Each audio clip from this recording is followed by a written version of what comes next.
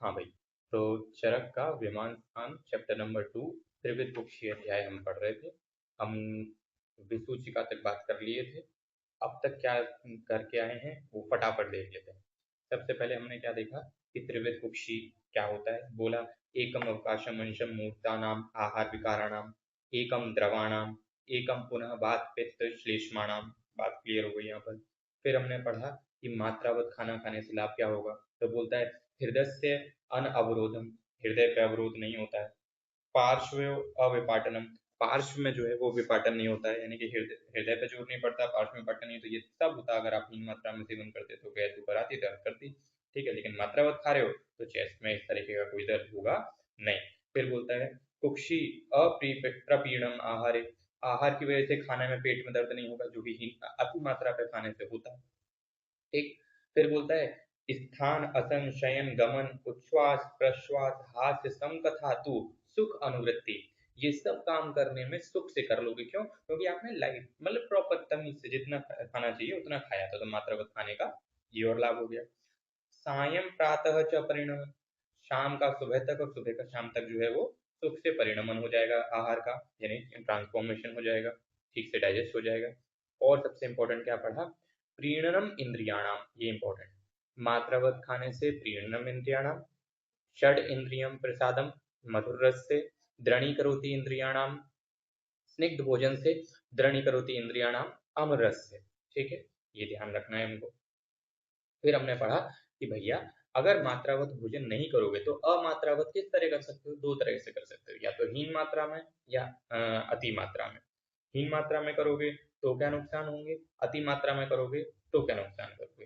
हीन मात्रा में करोगे तो वायु प्रकोपित होगी, वायु प्रकोपित होगी तो वायु प्रकोप वाले लक्षण दिखेंगे, जिनमें स्टार्टिंग कहाँ से होगी, बल वर्ण उपचय क्षय कर्म। ठीक है, यानी बल वर्ण उपचय कौन करा रहा था, मात्रावत भोजन। बलवर्ण उपचय का क्षय हुआ कब, जब आप मात्रा से भी कम खाओगे तो उसका क्षय हो जाएगा। तो जो श्लोक की स्टार्टिंग बलवर्ण उपचय क्षय कर्म से हो, वो हीन मात्रा में खाना खाने वाले श्लोक की स्टार्टिंग है। तो हीन मात्रा में खाने से होने वाले वात प्रकोप के लक्षण के श्लोक की स्टार्टिंग इससे होगी, बलवर्ण उपचय क्षय कर्म। फिर अतृप्ति कर्म, कम खाना खाओगे तो भूख नहीं पूरी होगी, भूख नहीं भरेगी, है ना, तृप्ति नहीं होगी। फिर क्या होगा, तो बात बढ़ेगी, वायु बढ़ेगी तो क्या होगी, बीमार गमन करेगी, बीमार गमन करेगी तो उदावर्त कर्म। फिर रोग होंगे तो अनायुष्यम, फर्टिलिटी खराब होगी, धातुएं सूखेंगी, अवृश्यम। और इन सब वायु प्रकोपों से कौन से वाले रोग होंगे, कितने रोग हो सकते हैं, वात नानात्मज 80, कौन कौन से, अशीते च वात विकारिणाम, अशीते च वात विकारिणाम, 80 प्रकार के वात विकार हो जाते हैं अगर आप हीन मात्रा में भोजन करते हैं तो, या हो सकते हैं 80 में से कोई भी। क्यों? क्योंकि हीन मात्रा में खाने से प्राय वात प्रकोप हो रही है, कोष से शाखा में जाएगी, कुछ भी हो जाएगा। ठीक है। फिर बोल रहा है क्या कि भैया अगर अति मात्रा में खाना खाओगे तो क्या होगा, एक दोष प्रकोप होगा कि तीनों दोष प्रकोप होंगे, तीनों दोष प्रकोप होंगे। तो सर्व दोष प्रकोपणम इच्छन्ति कुशलाः, कब, अति मात्र भोजन से। ठीक। और अति मात्र भोजन करो चाहे अजीर्ण में भोजन करो, तब भी यही था, अजीर्णे भुंजान से सर्वान दोषान प्रकोपयति आशु। तो अति मात्रा में सेवन करना, अजीर्ण में सेवन कर लेना, इन सबसे सभी दोषों का प्रकोप होता है, या तीनों में से कोई भी दोष प्रकोप हो सकता है। ठीक है। ये कब होगा, जब आपने मूर्ता नाम आहारों को सौहित्य तक खा लिया, जबकि उन्हें खाना कहाँ था, गुरुणाम त्रिभाग सौहित्यम या अर्धभाग सौहित्यम तक खाना था। ठीक है, अपना आपने उनको कहाँ तक खा लिया, सौहित्य तक, मूर्त नाम जो आहार विकारों को। तो फिर होगा क्या, तो जब सर्वदोष प्रकोप होंगे तो ये एक तरीके से आम की स्थिति बन गई। जब आप अति मात्रा में सेवन करोगे तो क्या होगा, आम के लक्षण उत्पन्न होंगे। तो आम के लक्षण तीन तरीके के हो सकते हैं। ठीक है, कौन कौन से, यानी आम के लक्षण कह लो या अति मात्रा के लक्षण कह लो, तीन तरह के हो सकते हैं, वातज, पित्तज, ये कफज। ठीक। तो वातज में वात वाले लक्षण दिख रहे थे, कैसे, पृष्ठ कटी ग्रह, सिरा आकुंचन, अंगमर्द, मूर्छा, शूल, आना, भ्रम, स्तंभ, 100 बात की एक बात। हीन मात्रा में भी वात प्रकोप हो रहा था, अति मात्रा में भी वात प्रकोप होगा, लेकिन वात वाला ये अति मात्रा वाला वात प्रकोप होगा वो आवृत वात वाला होगा। ठीक है, और उसमें जो श्लोक की स्टार्टिंग होगी किससे होगी, शूल आना अंगमर्द। तो ये जो शूल और आना हो रहे हैं ये आम आम या आवृतवात की वजह से हो रहे हैं। ठीक है, तो कफ तो है, आम तो है, लेकिन उसमें वायु जो है वो तब जाके वायु दर्द कर रही है जब कफ का प्रभाव बना हुआ है।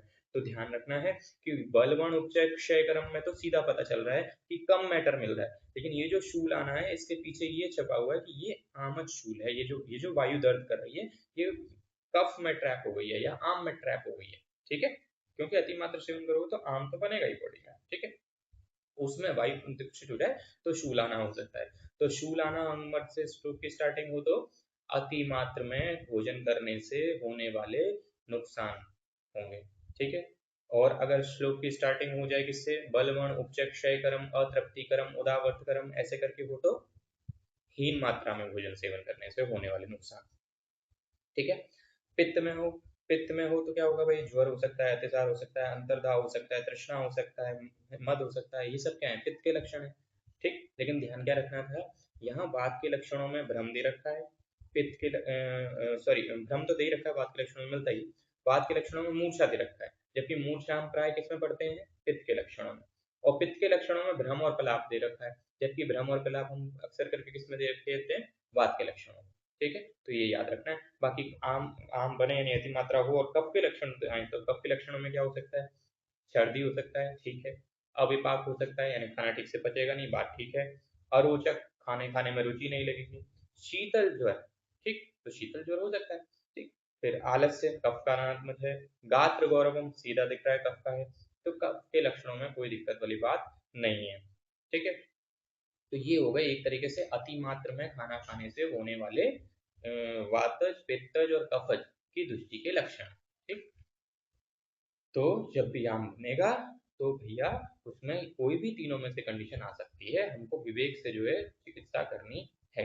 अब क्या आम उत्पत्ति के सिर्फ यही अतिमात्र ही एक कारण है आम उत्पत्ति का, नहीं, तो बोलता है मात्र या अपि अब अभी अभी अवहितम पथ्यम च अन्नम न जीरयति, मात्रावत लिया हुआ पथ्य अन्न भी नहीं जीर्ण होता है, कब, जब व्यक्ति किसमें रहे, चिंता, शोक, भय, क्रोध या दुख दुख शैया प्रजाग रहे, ठीक है, रात में उसकी नींद पूरी ना हो, चिंता रहे, शोक रहे, भय रहे, क्रोध रहे, तो उसका खाना ठीक से जीर्ण होता नहीं है।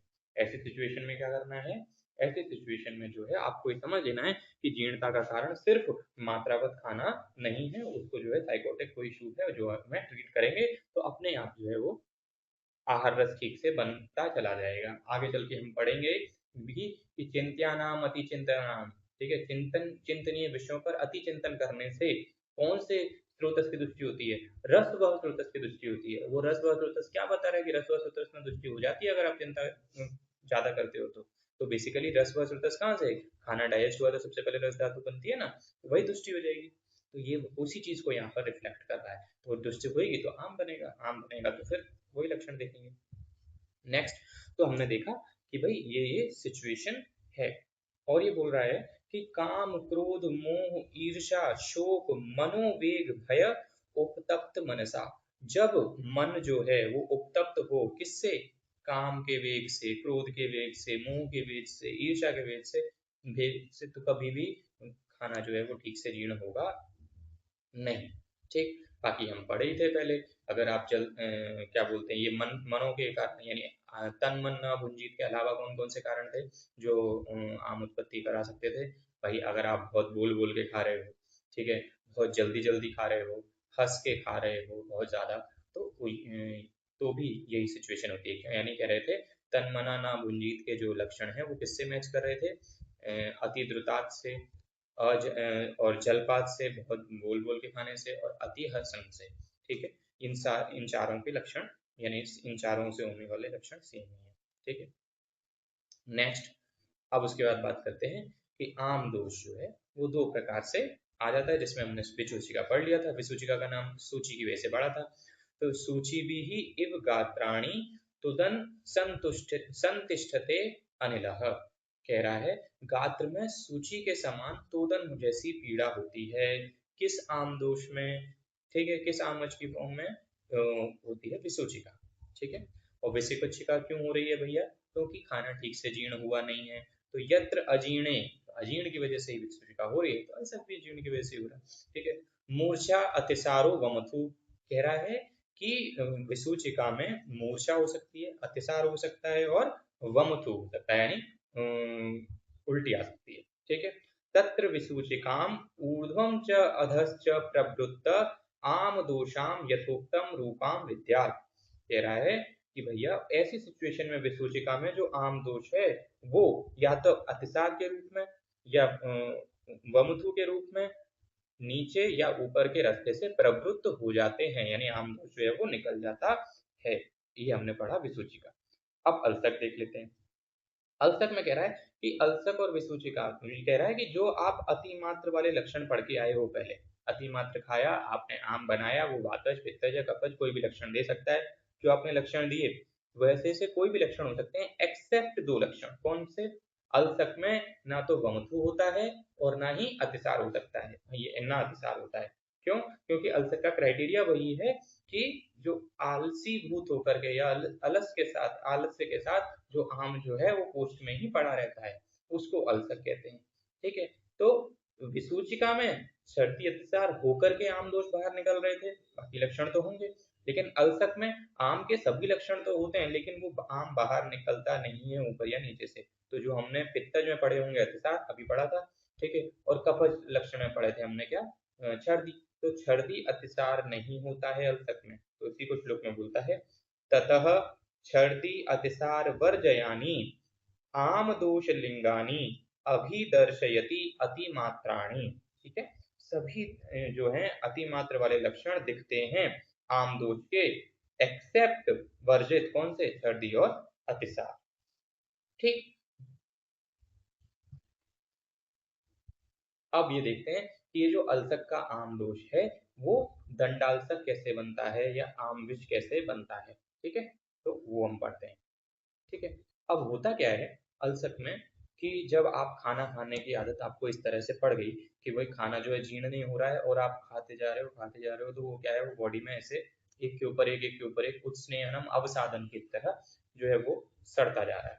ठीक है, और हमारी जीआईटी में प्रेजेंट जो माइक्रोब है, अब वो इसे देखेंगे तो वैसे तो गट माइक्रोब है, आपके अंदर खुद रह रहे हैं, लेकिन अब जब इस तरीके का अन्न देखेंगे तो गंदा खाएंगे अन्न। ठीक है, तो वो माइक्रोब उस पर पॉपुलेट करेंगे। ठीक है, तो कह देंगे भाई साहब आपको बैक्टीरियल इन्फेक्शन हो गया, ये हो गया, वो हो गया।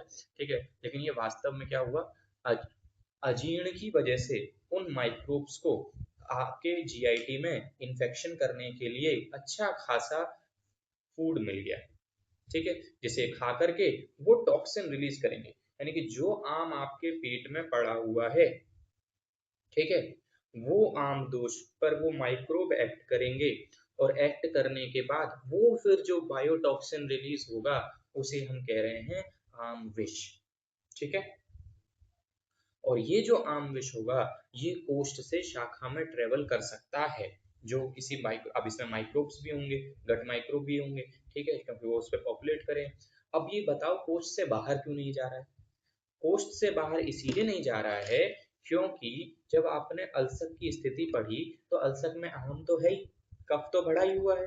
ठीक है, कफ बढ़ा हुआ तो वात का मूवमेंट डिस्टॉर्ट हुआ। ठीक, या मान लो मलवेग भी धारण करने की स्थिति है व्यक्ति को। ठीक है, तो कफ और वायु दूषित और अग्नि मानदेय और हो रहा है। क्यों? क्योंकि आप जो है जो पड़ा हुआ आम है उसे डाइजेस्ट करने का विचार कर नहीं रहे हो, उसे पाचन करने का विचार नहीं कर रहे हो, और अग्नि पर और लोड डालते जा रहे हो कि हाँ साहब दोपहर हो गई खाना खाना है, शाम हो गई खाना खाना है। ठीक है, या नहीं है भूख तो भी खाना खाना है। ठीक, शादी में चले गए तो खाना है। तो ऐसी स्थिति में क्या होता है, ऐसी स्थिति में जो कोष्ठ है वहां तो कफ और वात जो है वो आवृत करके बैठी हुई है आपके अन्न को। तो ऐसी स्थिति में ये जो आम विष बना, जो आम के ऊपर आपके माइक्रोब्स ने बैठ के मल्टीप्लाई किया और जो टॉक्सिन रिलीज किया, ये टॉक्सिन आम विष ये त्रियक मार्गों में जाने लग जाता है। ठीक है, जब ये अति मात्रा में प्रदुष्ट हो जाता है। ठीक है, तो ये चला जाएगा। क्यों? क्योंकि त्रियक मार्ग ही तो खुले हुए हैं, क्योंकि मेन जीआरटी का ट्रैक तो रास्ता आपने खाली कर दिया। तो श्लोक बोलता है, अति मात्र प्रदुष्टाश्च दोषाः प्रदुष्टाम अबद्ध मार्गाः त्रियक गच्छन्तः। अति मात्र में प्रदुष्ट होने पर कौन? ये आम विष। ठीक, सर ये आम दोष जब अति मात्रा में प्रदुष्ट हो जाता है, दुष्ट अब किससे हो रहा है? माइक्रोब से। ठीक है, तो इस जो दोष हैं, दोषाः प्रदुष्टाम अबद्ध मार्ग त्रियक गच्छन्ति, जो अबद्ध मार्ग है त्रियक दिशा में, वहां पर ये आम विष या आम दोष जो है वो भागने लग जाता है। ठीक है, अब मान लो अगर ये आम विष गलती से कहाँ चला गया, त्रियक मार्ग में जाकर के ये पूरी बॉडी में कहीं पर भी ख वैगुण्यता ढूंढेगा, जहां इसे ख वैगुण्यता मिल गई वहां ये रोग पैदा करेगा, और कोई सा भी रोग पैदा कर सकता है, उसमें कोई दो राय नहीं है। ऐसा जरूरी नहीं है कि अल्सक है तो बाद में दंडाल्सक ही करेगा। ठीक है, लेकिन एक वर्स्ट केस सिनेरियो सोचो कि अगर ये जो टॉक्सिन है, ये टॉक्सिन आपके स्पाइनल नर्व्स में, ठीक है, जो न्यूरल ट्रैक्ट है आपका, वहां पर अगर कहीं इसे खविता मिल गई तो आपको नर्वाइन डैमेज कर देगा, न्यूरोपैथी डेवलप कर देगा, और उस न्यूरोपैथी के चलते आपकी बॉडी जो है वो कैसी हो जाएगी, स्तब्ध हो जाएगी, दंडाल्सक की तरह, और वो सिचुएशन जो है वो संभाले नहीं संभलेगी। तो कहता है कदाचित केवलमस्य, गलती से भी अगर ये पूरे शरीर में क्या कर जाए, फैल जाए, और या कहने तो क्या कर देगा पूरे शरीर को, केवलमस्य, केवल मतलब कंप्लीटली शरीर में, शरीरम दंडवत स्तंभयति, पूरे शरीर को दंड की तरह स्तंभित कर देता है, ततः तम दंडल्सकम, तब इसे दंड अल्सक कहते हैं या दंडाल्सक कहते हैं, और ये असाध्यम ब्रुवते, ये असाध्य होता है। और ये दंडाल्सक असाध्य क्यों होता है, इस बारे में हम बात करेंगे नेक्स्ट।